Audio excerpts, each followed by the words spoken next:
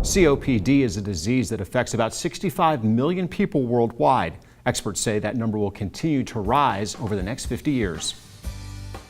Traditionally considered a man's disease, COPD, or chronic obstructive pulmonary disease, has now become more common in women as well.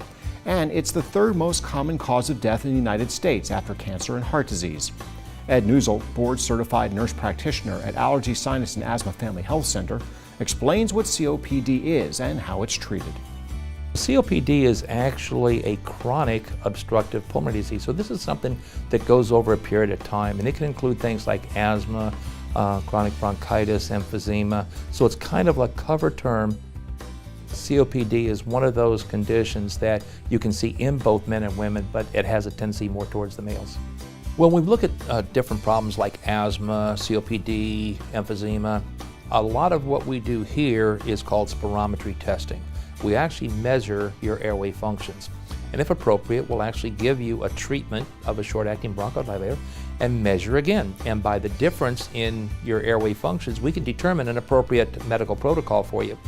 Now, we also do something called complete pulmonary function studies.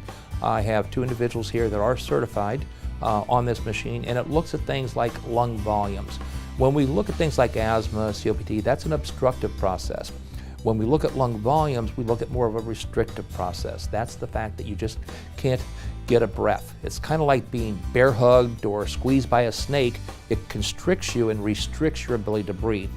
Another advantage of the complete pulmonary function study is we look at the oxygen and how fast does the oxygen get from your lungs into the bloodstream, because that really makes a difference. If you've got increased resistance, when you start to do something, you try to breathe more, well, you're going to get tired a lot faster. And then looking back at diffusion capacity, if your diffusion capacity is reduced, guess what? It takes you a whole lot longer to feel better too.